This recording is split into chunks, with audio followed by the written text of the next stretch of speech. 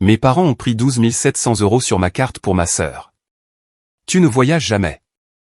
Harry maman. J'ai alors vendu la maison où ils vivaient gratuitement. À leur retour de croisière. Surprise. 29 appels manqués. De toute façon, ce n'est pas comme si tu voyageais, Chloé. Arrête d'être si dramatique à propos de toute cette situation. Le rire de ma mère résonna à travers le téléphone, tranchant et dédaigneux, me transperçant comme il l'avait fait pendant 33 ans de ma vie. J'étais assise dans mon petit appartement à Lille, fixant le relevé de carte de crédit qui venait d'arriver dans ma boîte de réception. 12 700 €. Une croisière de luxe en Méditerranée pour ma sœur Camille, facturée sur mon compte sans un seul mot d'avertissement ni la moindre permission de qui que ce soit dans ma famille. Je m'appelle Chloé et j'avais passé toute ma vie d'adulte à être la personne responsable de ma famille. Celle qui avait cumulé 2 emplois pendant ses études universitaires alors que les frais de scolarité de ma jeune sœur Camille dans une école de commerce privée étaient entièrement payés par nos parents. Celle qui économisait chaque centime pendant que mes parents louaient Camille pour ses goûts dispendieux et ses choix de vie sophistiqués. Celle qui avait acheté une maison à 29 ans, pour ensuite laisser mes parents y emménager gratuitement lorsque mon père a prétendu que ses économies de retraite avaient été complètement anéanties par de mauvais investissements qu'il avait faits.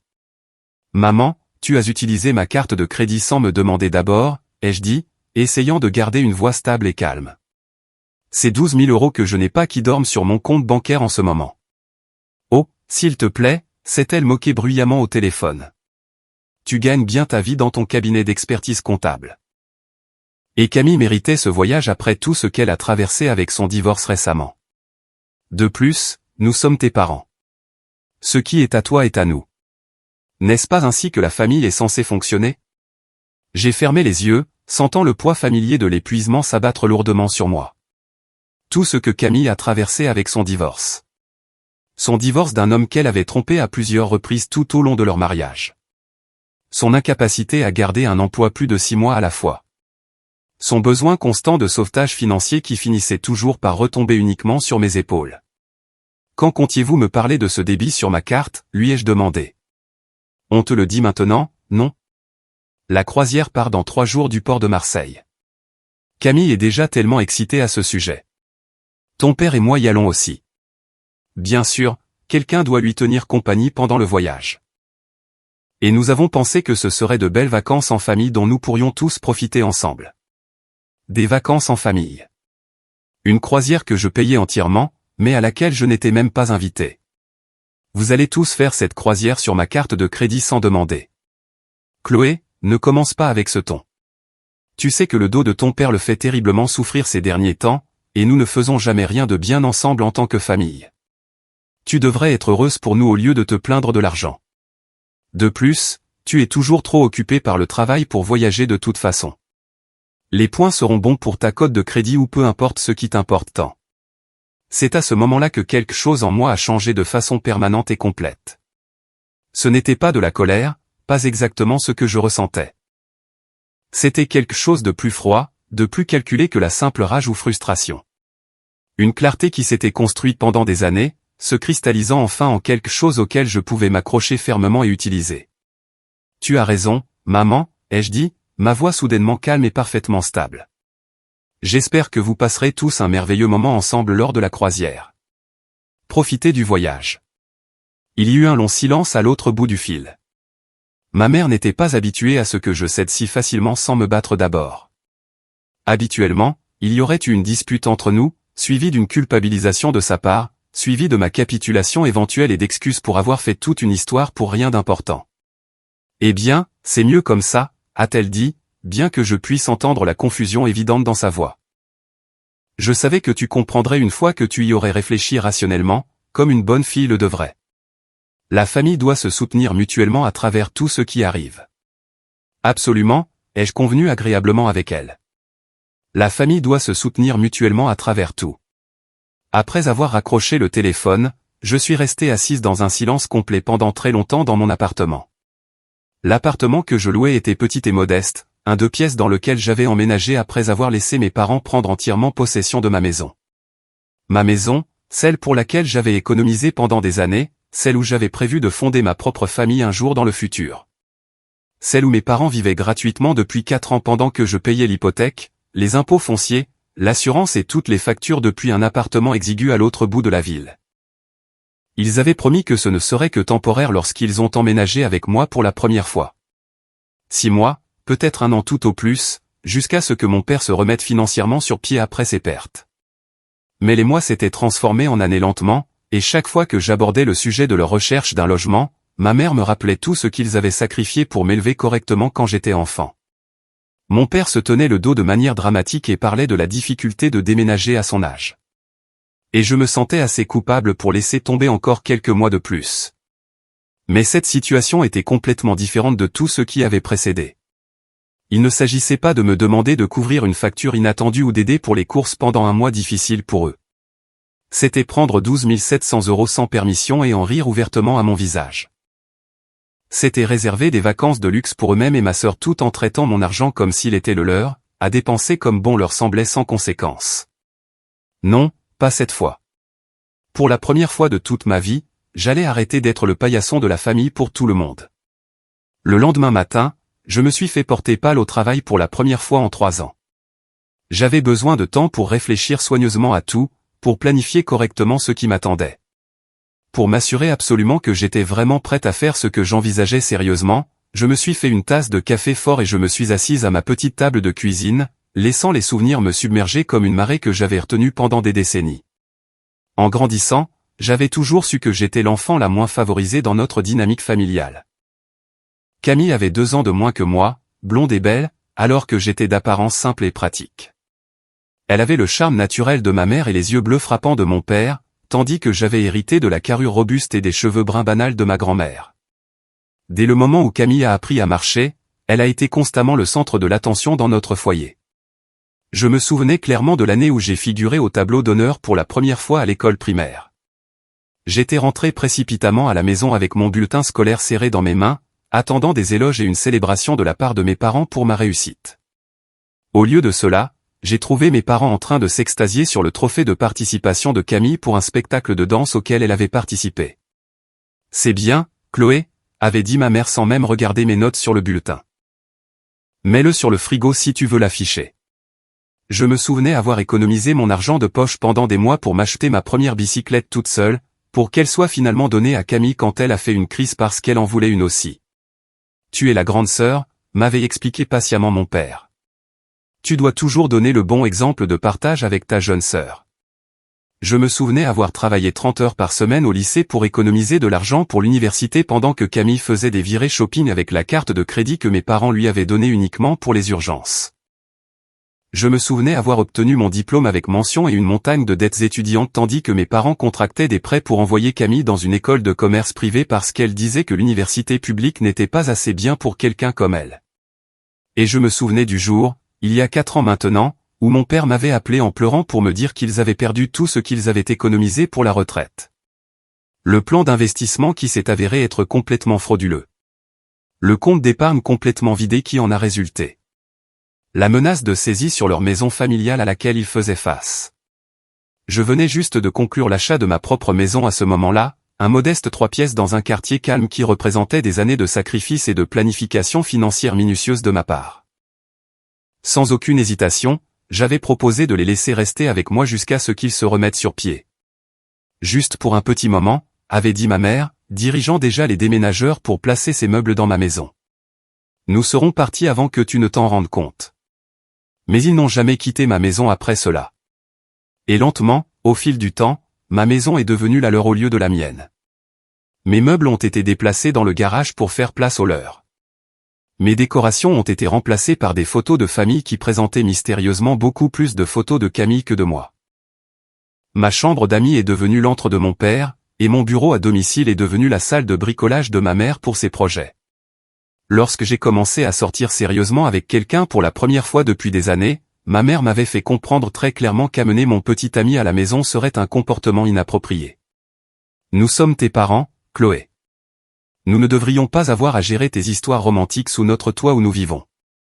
Alors, j'ai trouvé un petit appartement à proximité et je les ai laissés avoir la maison entièrement pour eux, payant toujours chaque facture alors qu'ils ne contribuaient absolument à rien. La relation n'avait pas duré très longtemps après cela. Mon petit ami ne pouvait pas comprendre pourquoi je laissais ma famille me marcher dessus constamment comme ça, et je ne pouvais pas l'expliquer d'une manière qui avait du sens, même pour moi-même à l'époque. C'était juste comme ça que les choses avaient toujours été dans notre dynamique familiale. Chloé sacrifie tout pour les autres. Chloé subvient aux besoins de tout le monde. Chloé ne demande rien et attend encore moins en retour de qui que ce soit. Mais maintenant, assise dans mon appartement exigu et fixant un débit de 12 700 € sur mon relevé de carte de crédit, je comprenais enfin ce que je refusais de voir clairement depuis toujours. Ma famille ne m'aimait pas du tout en tant que personne. Ils aimaient ce que je pouvais faire pour eux. Ils aimaient ma fiabilité, ma culpabilité, ma volonté sans fin de faire passer leurs besoins avant mon propre bien-être. Mais moi, en tant que personne avec mes propres besoins, j'étais invisible pour eux sauf quand ils avaient besoin de quelque chose de moi. J'ai pensé appeler ma meilleure amie, Florence, pour parler de mes sentiments compliqués à propos de tout cela. Mais je savais déjà ce qu'elle me dirait. Florence me disait depuis des années que ma famille était toxique pour moi, que je devais établir des limites fermes avec eux, que je valais plus que la façon dont ils me traitaient constamment. J'avais toujours trouvé des excuses à mes parents. Trouvé des moyens de justifier leur comportement envers moi. Je m'étais convaincu que les choses changeraient si j'essayais juste un peu plus fort de leur faire plaisir. Eh bien, j'avais fini d'essayer de leur faire plaisir maintenant. J'avais fini d'être le distributeur automatique de la famille pour tout le monde. J'avais fini de prétendre que c'était à cela que ressemblait l'amour dans une famille. J'ai pris mon téléphone et j'ai appelé l'agent immobilier que j'avais trouvé en ligne la nuit dernière. Elle s'appelait Denise, et elle a répondu à la deuxième sonnerie rapidement. J'ai une maison que je dois vendre rapidement, lui ai-je dit directement. Elle est actuellement occupée par des locataires, mais je suis la seule propriétaire légale sur l'acte. À quelle vitesse pouvons-nous réaliser cette vente? La visite de la maison a eu lieu 2 jours plus tard alors que mes parents et Camille étaient occupés à faire leurs valises avec excitation pour leur croisière. Je leur ai dit que je passais vérifier le chauffe-eau, qui faisait des bruits étranges selon la dernière plainte de ma mère. Ils ont à peine reconnu ma présence alors que je traversais la maison avec Denise, soulignant les caractéristiques et notant soigneusement l'état des différentes pièces. C'était surréaliste de voir ma maison à travers les yeux d'une professionnelle de l'immobilier comme ça. La maison était en excellent état général, grâce à l'entretien que j'avais continué à payer even après avoir déménagé. Mes parents l'avaient gardée raisonnablement propre. Je devais au moins leur accorder cela. Ils avaient peut-être complètement envahi mon espace, mais au moins ils ne l'avaient pas laissé tomber en ruine. C'est une belle propriété, a dit Denise alors que nous nous tenions ensemble dans le jardin, surveillant tout. 3 chambres, 2 salles de bain, cuisine rénovée, sous-sol fini. Dans ce marché actuel, nous pourrions la mettre en vente pour beaucoup plus que ce que vous avez payé il y a 4 ans. Vous avez accumulé beaucoup de plus-value ici. Une plus-value dont mes parents avaient profité pendant que je survivais dans un appartement de location à l'autre bout de la ville. Une plus-value dont ils supposaient qu'il hériterait un jour finalement, s'attendant probablement à ce que je la laisse à Camille puisqu'elle en avait plus besoin que je ne l'aurais jamais fait dans leur esprit. Mettez-la en vente, ai-je dit fermement sans aucune hésitation. Quel que soit le prix que vous jugez juste pour le marché, je veux qu'elle soit vendue avant que mes locataires ne reviennent de leur voyage de vacances. Denise a hoché la tête en accord avec mon échéancier. J'aurai l'annonce en ligne demain matin au plus tard. Et j'ai quelques investisseurs avec qui je travaille régulièrement qui pourraient être intéressés par un achat comptant rapide de cette propriété. Pas de garantie là-dessus, mais je passerai quelques appels aujourd'hui. Fidèle à sa parole, Denise a mis la maison en vente dans les 24 heures suivant notre rencontre. À ce moment-là, mes parents et Camille étaient déjà en route vers le port de Marseille avec excitation, m'envoyant des photos de leur joie, et pas un seul mot de remerciement pour avoir financé toute leur aventure. Ma mère m'a envoyé par SMS une photo de leur cabine sur le navire, spacieuse et luxueuse, avec un balcon privé donnant magnifiquement sur l'océan. « J'aimerais que tu sois ici avec nous », a-t-elle écrit, suivi d'une série d'émojis rire qui ont rendu son insincérité parfaitement claire pour moi immédiatement. Je n'ai pas répondu à son message du tout. Au lieu de cela, j'ai surveillé mon téléphone attentivement alors que les demandes de renseignements sur la maison commençaient à arriver régulièrement tout au long de la journée. Denise avait eu tout à fait raison sur les conditions actuelles du marché.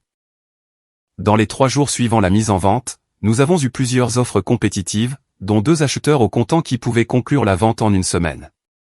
J'ai accepté l'offre la plus élevée sur la maison, un achat au comptant d'un jeune couple qui venait de se marier récemment et qui était impatient de commencer sa nouvelle vie ensemble. Ils s'appelaient Jonathan et Claire.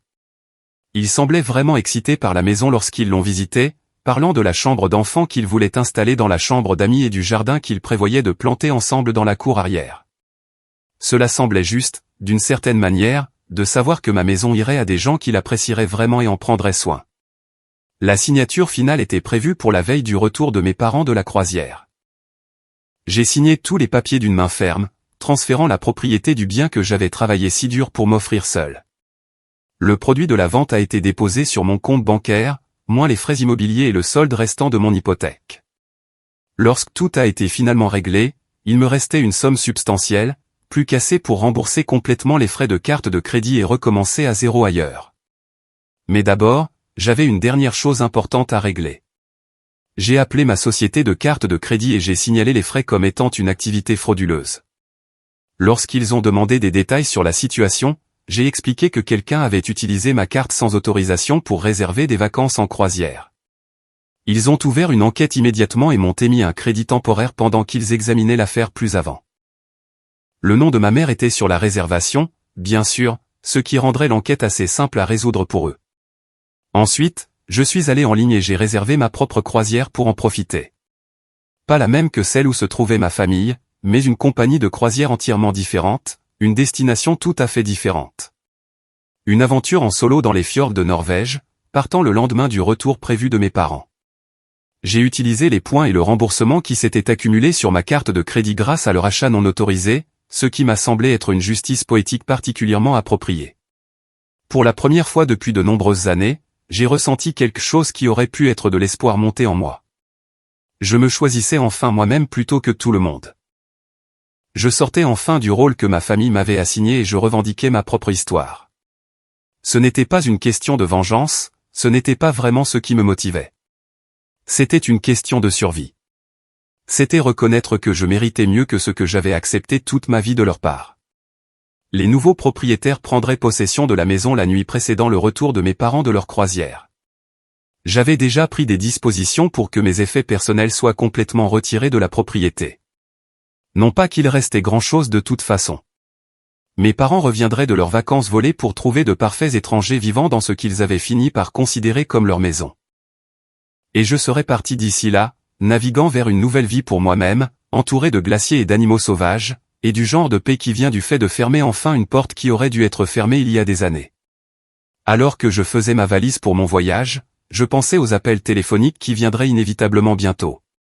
Les accusations, les larmes, les culpabilisations que ma mère avait perfectionnées au cours de 3 décennies de pratique sur moi. Mais pour la première fois, je ne ressentais aucune anxiété à l'idée de les affronter. Je ne ressentais rien d'autre que du soulagement parce que cette fois, je n'allais pas répondre à leurs appels du tout. Cette fois, j'allais laisser les appels s'accumuler pendant que je regardais les aurores boréales depuis le pont d'un navire de croisière. Cette fois, j'allais prioriser complètement mon propre bonheur sur leurs attentes envers moi. Mon téléphone a vibré avec un SMS de Camille. On passe le meilleur moment de tous les temps sur cette croisière. Merci d'avoir rendu cela possible, Serette. J'ai fixé le message pendant un long moment en silence, puis j'ai posé mon téléphone face contre la table. Ils n'avaient aucune idée de ce qui les attendait bientôt.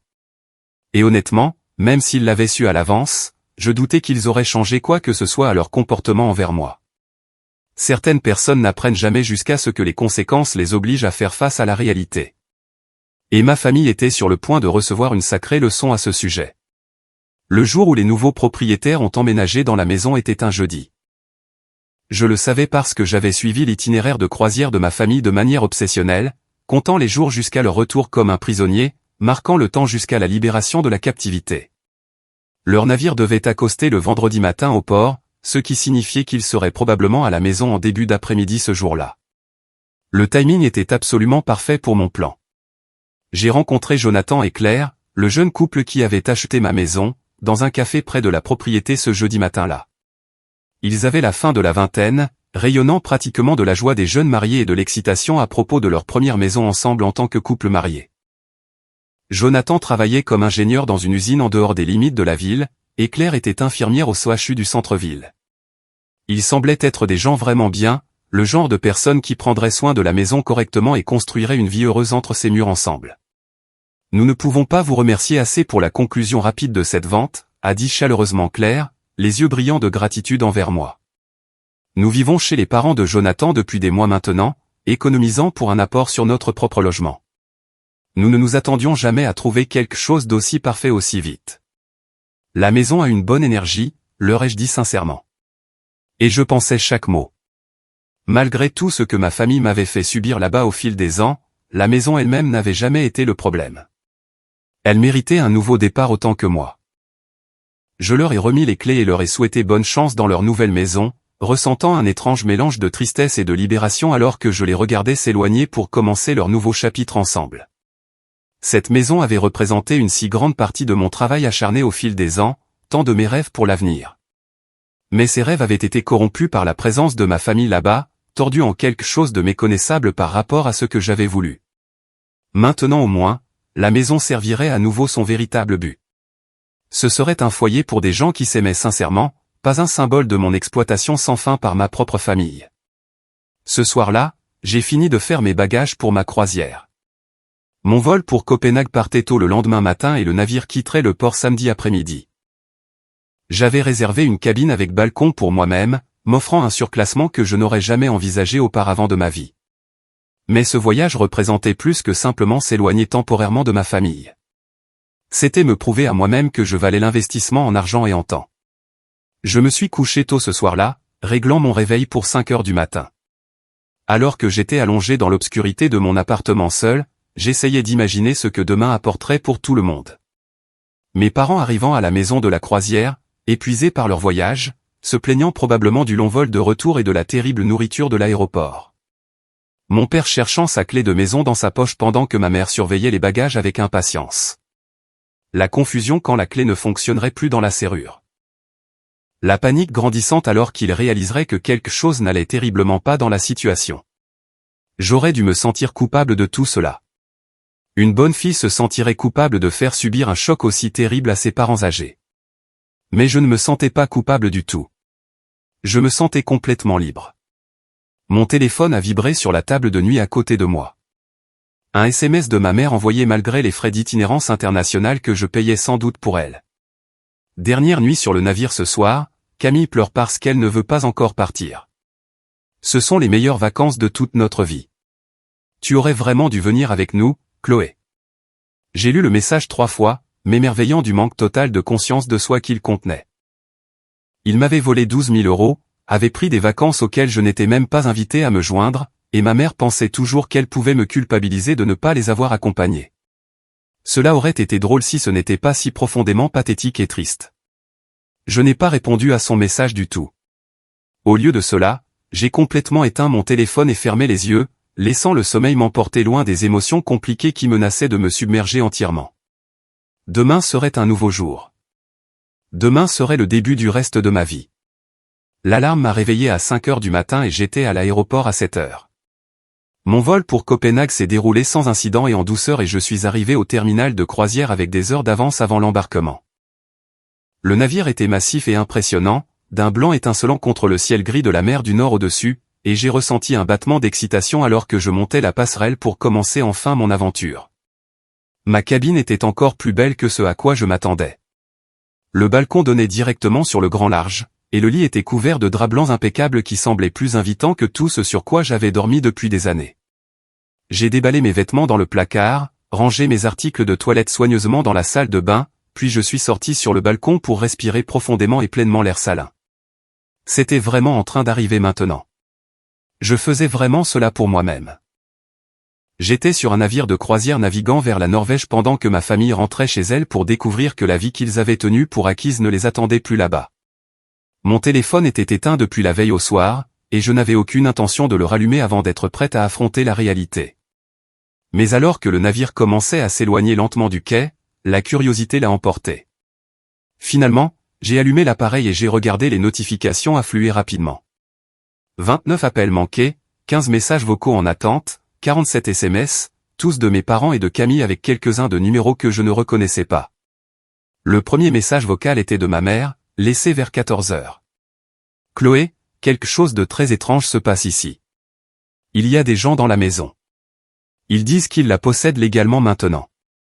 Ce doit être une sorte de terrible erreur. Rappelle-moi immédiatement.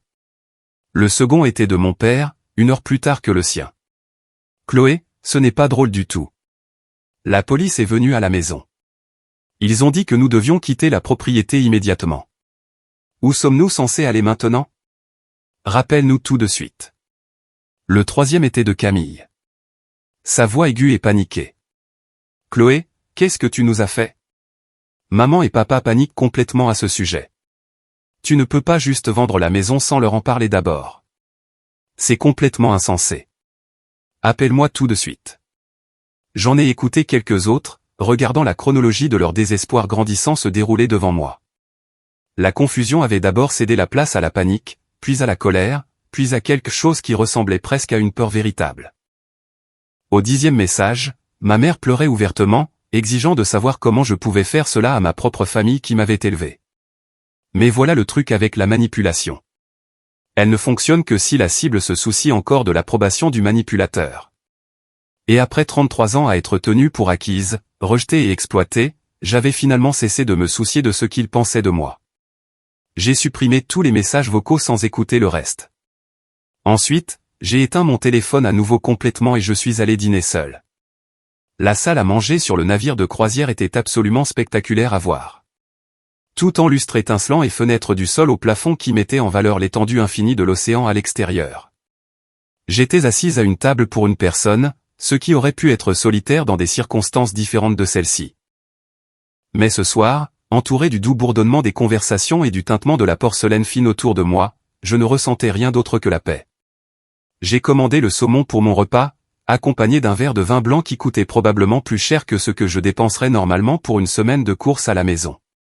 Mais j'avais fini de me refuser les plaisirs simples que tout le monde semblait prendre pour acquis facilement. J'avais fini d'être la personne qui ne voyageait jamais, ne dépensait jamais pour elle-même, ne vivait jamais sa vie pleinement. Pendant que je mangeais mon dîner, je pensais à ma famille et à ce qu'ils pouvaient être en train de faire en ce moment même. C'était déjà tard dans la soirée à Lille, et ils étaient effectivement sans abri depuis environ 8 heures maintenant. Où étaient-ils allés pour s'abriter? Dans un hôtel, probablement. Bien que ma mère détesterait grandement la dépense. Peut-être avait-il appelé l'un de leurs amis, mendiant une chambre d'amis jusqu'à ce qu'ils puissent comprendre quoi faire ensuite concernant leur situation. Une partie de moi se demandait si je devais me sentir mal à propos du chaos que je leur avais causé. C'étaient mes parents, après tout, les gens qui m'avaient élevé. J'avais grandi dans leur maison, mangé leur nourriture, porté les vêtements qu'ils me fournissaient. Ne leur devais-je pas quelque chose pour tout cela au moins? Mais ensuite, je me suis souvenu des 12 700 € sur ma carte de crédit qu'ils avaient volés. Je me suis souvenu des années passées à payer leurs factures alors qu'ils ne contribuaient absolument à rien. Je me suis souvenu de chaque Noël où les cadeaux de Camille étaient empilés ou alors que les miens étaient une arrière-pensée. Je me suis souvenu de chacune de mes réussites qui étaient complètement ignorées. Chaque sacrifice qui était tenu pour acquis. Chaque moment où l'on m'a fait sentir que je ne comptais pour personne. Non, je ne leur devais plus rien du tout. J'avais payé ma dette envers ma famille 1000 fois déjà. Il était temps pour eux d'affronter les conséquences de leur propre choix. Le lendemain matin, je me suis réveillé à la vue de la côte norvégienne au loin à l'extérieur de mon balcon. Nous naviguions à travers les fjords, entourés de montagnes enneigées et de forêts denses de conifères qui descendaient magnifiquement jusqu'au bord de l'eau. C'était la plus belle chose que j'ai jamais vue de toute ma vie. Et pendant un instant, j'ai complètement oublié tout le reste. J'ai passé toute la journée sur le pont, emmitouflé dans des couches contre l'air frais du nord, guettant les baleines et les aigles et l'aperçu occasionnel de glaces de glaciers flottant dans l'eau autour de nous. D'autres passagers bougeaient autour de moi constamment, des couples se tenant la main romantiquement, des familles avec des enfants riant, des groupes d'amis prenant des photos ensemble. J'étais seul, mais je ne me sentais pas seul du tout. J'avais l'impression d'être exactement là où j'étais censé être. Cet après-midi-là, alors que nous approchions de notre première escale, j'ai finalement rallumé mon téléphone. Les notifications avaient continué à s'accumuler régulièrement pendant la nuit, bien que le rythme ait quelque peu ralenti. Ma famille devait s'être épuisée avec le barrage initial d'appels et de messages. Le message vocal le plus récent était de mon père, laissé vers minuit la veille. Sa voix était fatiguée et complètement vaincue, dépouillée de la colère qui avait caractérisé ses messages précédents. « Chloé, je ne comprends pas pourquoi tu nous as fait ça.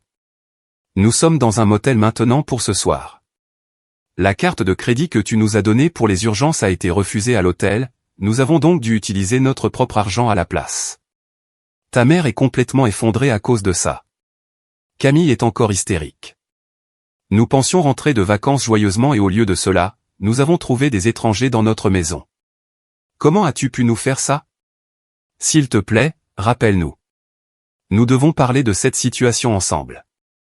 J'ai écouté le message 2 fois, analysant chaque mot soigneusement. Notre maison. Il l'appelait encore notre maison. Même après y avoir vécu gratuitement pendant 4 ans pendant que je payais tout.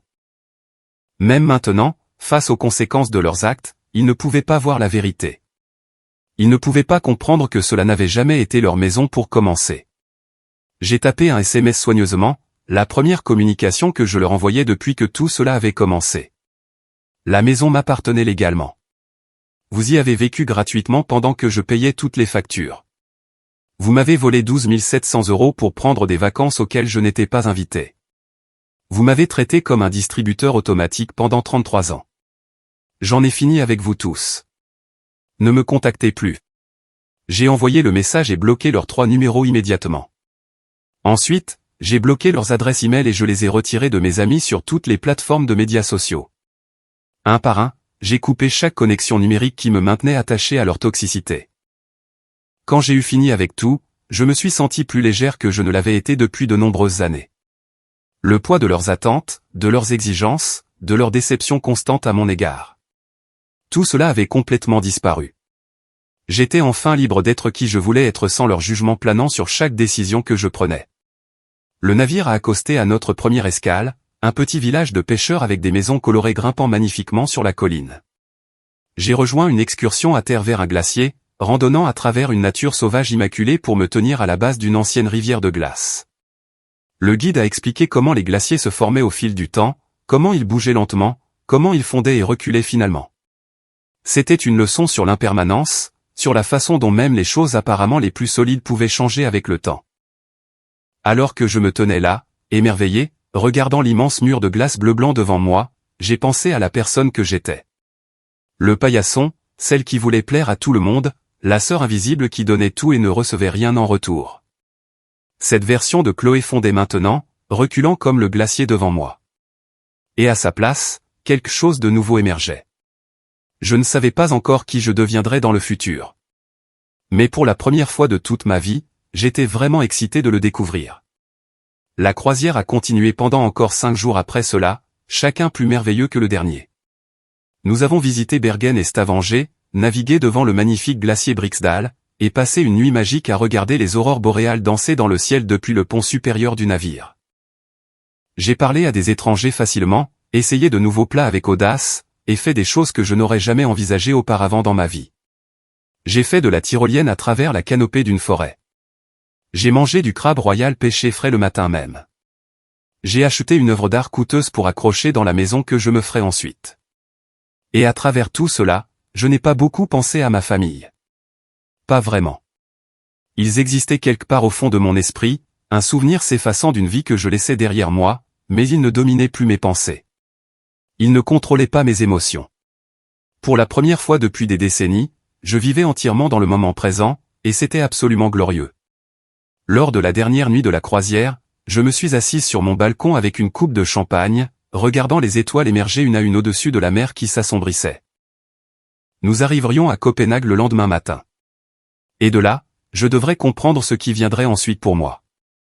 J'avais l'argent de la vente de la maison, assez pour recommencer à zéro quelque part ailleurs.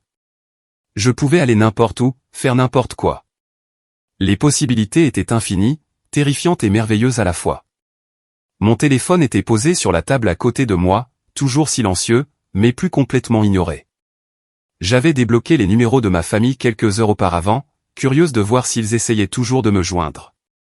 C'était le cas. Les appels avaient continué, bien que moins fréquemment maintenant.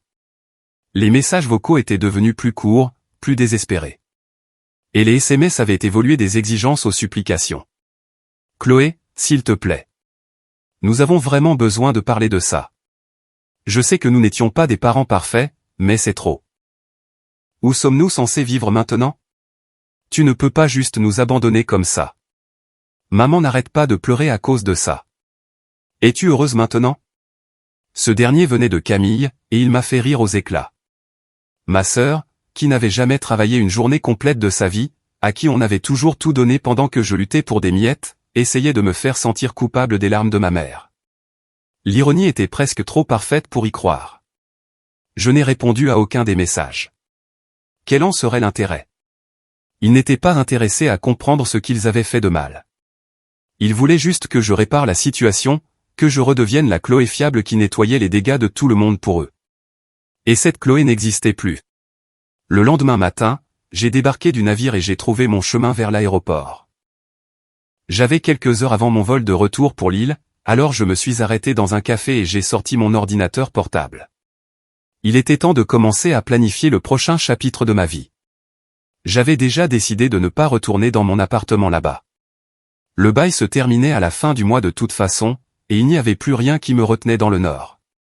Mon travail au cabinet comptable était correct, mais je ne l'avais jamais aimé. Je l'avais pris parce que c'était stable, parce que cela me permettait de soutenir ma famille, parce que c'était le choix responsable. Mais j'avais fini de faire des choix responsables qui ne profitaient qu'aux autres. J'ai commencé à rechercher des villes où je pourrais vouloir vivre à la place. Bordeaux, Grenoble, Aix-en-Provence, des endroits avec des montagnes ou de la culture et le genre d'énergie qui semblait vivant. J'ai fait des listes de pour et de contre, des attentes salariales et des calculs de coût de la vie. Au moment où mon vol a été appelé, j'avais réduit le choix à 3 options. Le vol de retour a été long, me donnant beaucoup de temps pour réfléchir à tout. Je pensais à mes parents bloqués sans le filet de sécurité qu'ils avaient tenu pour acquis. Je pensais à Camille forcée pour la première fois de sa vie de faire face à des conséquences réelles. Je pensais à toutes les années passées à être invisible, à être utilisé, à être tenu pour acquise par les gens qui étaient censés m'aimer inconditionnellement. Et je pensais à l'avenir. Mon avenir. Un avenir où je comptais. Un avenir où mes besoins comptaient. Un avenir où je n'avais pas à sacrifier tout ce que j'avais juste pour garder les autres confortables. Quand j'ai atterri à Lille, je ne suis pas retourné à mon appartement. Au lieu de cela, je me suis enregistré dans un hôtel près de l'aéroport et j'ai dormi pendant 12 heures d'affilée. Quand je me suis réveillé, je me sentais plus reposé que je ne l'avais été depuis des années.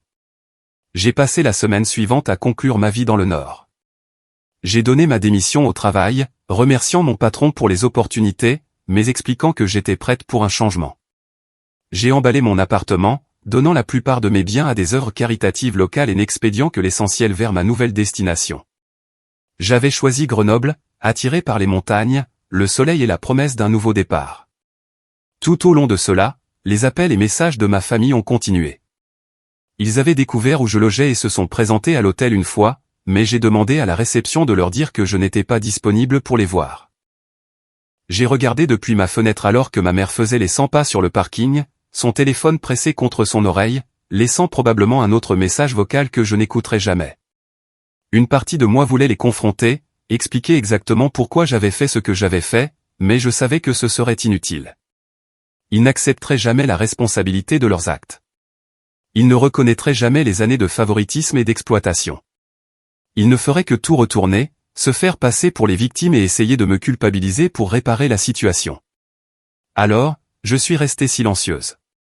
J'ai laissé mon absence parler d'elle-même.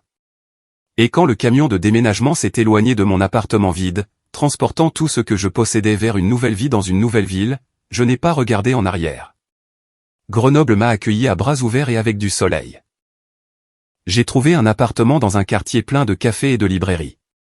Le genre d'endroit où j'avais toujours rêvé de vivre mais que je n'avais jamais pensé mériter. Les montagnes étaient visibles depuis la fenêtre de ma chambre. Des pics enneigés qui me rappelaient chaque matin que j'avais fait le bon choix. Recommencer à 0 à 33 ans était plus difficile que prévu, mais aussi plus gratifiant. J'ai trouvé un nouvel emploi dans un cabinet de conseil financier où mon expérience et mon éthique de travail étaient réellement appréciées. Mes collègues m'invitaient à des apéros et à des randonnées le week-end, me traitant comme une égale plutôt que comme une bête de somme invisible. Je me suis fait des amis, de vrais amis, des gens qui m'aimaient pour qui j'étais plutôt que pour ce que je pouvais faire pour eux. Les mois ont passé et les appels de ma famille ont progressivement ralenti pour devenir un filet. De temps en temps, je recevais un message d'un numéro inconnu et je savais que c'était l'un d'eux essayant de passer, mais je ne répondais jamais. Et finalement, même ces tentatives ont cessé. J'ai appris par un cousin éloigné que mes parents avaient emménagé avec Camille, qui avait accepté à contre-cœur de les accueillir après que le motel soit devenu trop cher. L'arrangement ne se passait pas bien. L'appartement de Camille était exigu. Mes parents se plaignaient constamment du manque d'espace et d'intimité, et tout le monde blâmait tout le monde pour leur situation.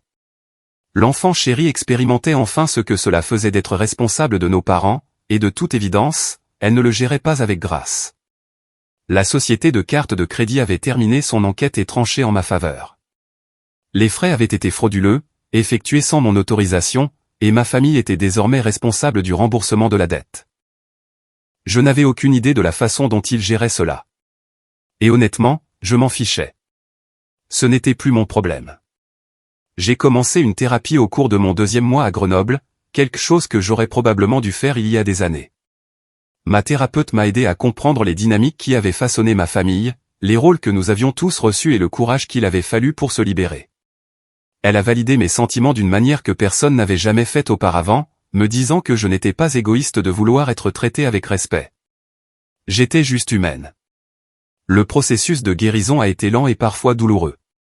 Il y a eu des moments où j'ai douté de moi, où la culpabilité s'est insinuée et a murmuré que j'aurais dû trouver un meilleur moyen. Mais ces moments sont devenus de plus en plus rares à mesure que je construisais ma nouvelle vie. Entouré de gens qui me valorisaient réellement. Un soir, environ 8 mois après mon déménagement, j'ai reçu une visite inattendue à mon appartement. J'ai ouvert la porte pour trouver Camille debout là, semblant plus vieille et plus fatiguée que je ne l'avais jamais vue. « Chloé » a-t-elle dit, la voix brisée. « Il faut qu'on parle. » Je l'ai fixée pendant un long moment, notant les cernes sous ses yeux et la façon nerveuse dont elle serrait son sac à main. Ce n'était pas la sœur confiante et titrée dont je me souvenais. C'était quelqu'un qui avait été brisé par le poids de ses propres choix. « Comment m'as-tu trouvé » ai-je demandé, sans bouger pour la laisser entrer. J'ai engagé un détective privé. « S'il te plaît, Chloé, donne-moi juste 5 minutes. » Contre mon meilleur jugement, je me suis écarté et j'ai laissé Camille entrer dans mon appartement. Elle a regardé autour de mon salon confortable, observant l'art sur les murs et les plantes près de la fenêtre, et la preuve d'une vie bien vécue. Je pouvais voir l'envie scintiller dans ses yeux. La réalisation que j'avais construit quelque chose de beau pendant qu'elle se noyait. « Bel endroit » a-t-elle dit doucement. « On dirait que tu vas bien. »« C'est le cas » ai-je répondu, sans lui offrir de siège. « Qu'est-ce que tu veux, Camille ?» Elle a pris une profonde inspiration, et je me suis préparé à la manipulation que je savais venir. Mais ce qu'elle a dit ensuite m'a surprise. Je suis venu m'excuser. J'ai attendu, ne disant rien. Pas parce que je pense que cela changera quoi que ce soit, a-t-elle continué, sa voix tremblante. Je sais que tu ne vas pas me pardonner, et je ne t'en blâme pas, mais j'avais besoin que tu saches que je comprends enfin ce que nous t'avons fait. Vivre avec maman et papa ces derniers mois a été un cauchemar. Ils me traitent de la même manière qu'ils t'ont toujours traité. Rien de ce que je fais n'est assez bien. Tout est de ma faute. Et j'ai réalisé que c'était à ça que ressemblait toute ta vie. J'ai senti quelque chose se tordre dans ma poitrine. Un mélange compliqué de justification et de chagrin. C'était ce que j'avais voulu, n'est-ce pas? Que ma famille voie enfin la vérité. Mais l'entendre des lèvres de Camille ne semblait pas aussi satisfaisant que je l'avais imaginé. Ils te blâment pour tout, tu sais, a-t-elle dit. Ils disent que tu as ruiné leur vie, que tu es sans cœur et cruel, mais la vérité est qu'ils ne veulent pas admettre ce qu'ils ont fait de mal. Ils ne le feront jamais. Et j'ai été pareil pendant trop longtemps. Qu'est-ce qui a changé, ai-je demandé, sincèrement curieuse. Vivre avec eux. Camille a ri amèrement. Voir comment ils fonctionnent de près, ils prennent tout et ne donnent rien. Ils critiquent constamment. Ils s'attendent à ce que tu sacrifies toute ton existence pour leur confort. Ça te rappelle quelque chose? C'était le cas. Cela ressemblait exactement à toute mon enfance, toute ma vie d'adulte jusqu'à il y a 1 an. Je ne te demande pas de me laisser revenir dans ta vie, a dit Camille. Je sais que je ne mérite pas ça. Je voulais juste que tu saches que je le vois maintenant et que je suis désolé pour tout. Nous sommes restés en silence un moment. 2 sœurs séparées par des années de ressentiment et d'inégalité. Je pouvais voir que Camille était sincère, que quelque chose en elle avait véritablement changé. Mais je savais aussi qu'une excuse ne pouvait pas défaire des décennies de dégâts. Merci d'avoir dit ça, ai-je finalement dit. Ça signifie quelque chose, même si ça ne change rien. Camille a hoché la tête, des larmes coulant sur son visage. Qu'est-ce que je fais maintenant? Tu fais ce que j'ai fait, lui ai-je dit. Tu pars. Tu construis ta propre vie. Tu arrêtes de les laisser te contrôler. Mais ce sont nos parents et ce sont des adultes qui ont fait leur propre choix tout comme nous devons faire les nôtres. Elle m'a regardé pendant un long moment et j'ai vu quelque chose passer sur son visage. De la compréhension peut-être ou de la résignation. Puis elle a essuyé ses yeux et s'est tournée vers la porte. Au revoir, Chloé. Au revoir, Camille. Je l'ai regardée marcher dans le couloir vers l'ascenseur, et j'ai ressenti un étrange sentiment de clôture. Cette nuit-là, je me suis assise sur mon balcon et j'ai regardé les montagnes, pensant à tout ce qui m'avait mené à ce moment. Les années passées à être invisibles, les frais de carte de crédit qui m'avaient finalement brisé, la vente de la maison qui m'avait libéré, et maintenant l'excuse inattendue de Camille. Je ne savais pas ce qui se passerait ensuite entre moi et ma famille. Peut-être rien. Peut-être que Camille trouverait sa propre force et s'échapperait comme je l'avais fait. Ou peut-être qu'elle retomberait dans les vieux schémas, trop effrayée pour se libérer complètement. Quoi qu'il en soit, ce n'était plus ma responsabilité de la sauver. Dans les mois qui ont suivi, j'ai entendu des mises à jour occasionnelles par le biais de la famille. Mes parents avaient fini par trouver un petit appartement qu'ils pouvaient se permettre. Bien que ce ne fût rien de comparable à la maison dans laquelle ils avaient vécu gratuitement pendant si longtemps. Le dos de mon père avait empiré et il utilisait maintenant une canne. Ma mère avait commencé à travailler à temps partiel dans une épicerie, quelque chose qu'elle avait toujours considéré comme indigne d'elle. Un an après la croisière qui avait tout changé, j'ai reçu une lettre par la poste. C'était de ma mère, un long message manuscrit plein de griefs, d'accusations et de supplications pour la réconciliation. Elle me blâmait d'avoir détruit la famille, d'être sans cœur, de me soucier plus de l'argent que de mes propres parents. Elle prétendait que tout ce qu'ils avaient fait était par amour, que j'avais mal compris leurs intentions, que je leur devais des excuses. J'ai lu la lettre une fois, puis je l'ai passée à la déchiqueteuse. Certaines choses ne valaient pas la peine d'y répondre. Quant à moi, j'ai continué à construire la vie que j'avais toujours voulu. J'ai obtenu une promotion au travail, lancé une activité parallèle de coaching financier pour jeunes professionnels, et même adopté un chat qui se blottissait contre moi chaque nuit. J'ai voyagé dans des endroits que j'avais toujours rêvé de visiter, n'attendant plus la permission ni ne me sentant coupable de dépenser de l'argent pour moi-même. Mes parents ne se sont jamais vraiment remis des conséquences de leurs actes. La dette de carte de crédit les a suivis pendant des années, un rappel constant de la croisière qui leur avait tout coûté. Sans mon revenu pour subventionner leur mode de vie, ils ont été contraints de vivre selon leurs moyens pour la première fois depuis des décennies. La santé de mon père a continué de décliner, et ma mère est devenue de plus en plus amère et isolée alors que ses amis se fatiguaient de ses plaintes constantes concernant sa fille ingrate. Camille a finalement déménagé à travers le pays pour leur échapper. Bien que la question de savoir si elle s'est jamais vraiment libérée des schémas familiaux reste floue, la retraite confortable qu'ils avaient envisagée, financée entièrement par mon sacrifice sans fin, s'était évanouie au moment où j'ai arrêté de jouer le rôle qu'ils m'avaient assigné. Debout sur mon balcon à l'anniversaire de cette croisière fatidique, regardant le soleil se coucher derrière les Alpes, j'ai pensé au voyage qui m'avait amené ici. La colère s'était estompée avec le temps, remplacée par quelque chose de plus calme et de plus paisible. J'avais voulu la justice, et je l'avais obtenue. Mais la vraie victoire n'était pas de voir ma famille subir les conséquences de leurs actes. La vraie victoire était de me tenir ici dans mon propre appartement, dans ma propre ville, vivant ma propre vie selon mes propres termes. En regardant tout cela, j'ai réalisé que vendre la maison n'avait pas du tout été une question de vengeance. C'était une question de survie, de me choisir enfin après 33 ans à avoir appris que mes besoins ne comptaient pas. La paix que je ressentais maintenant ne venait pas du fait de voir ma famille lutter, mais d'avoir enfin fermé la porte sur la version de moi-même qui tolérait d'être traitée comme si elle ne valait rien.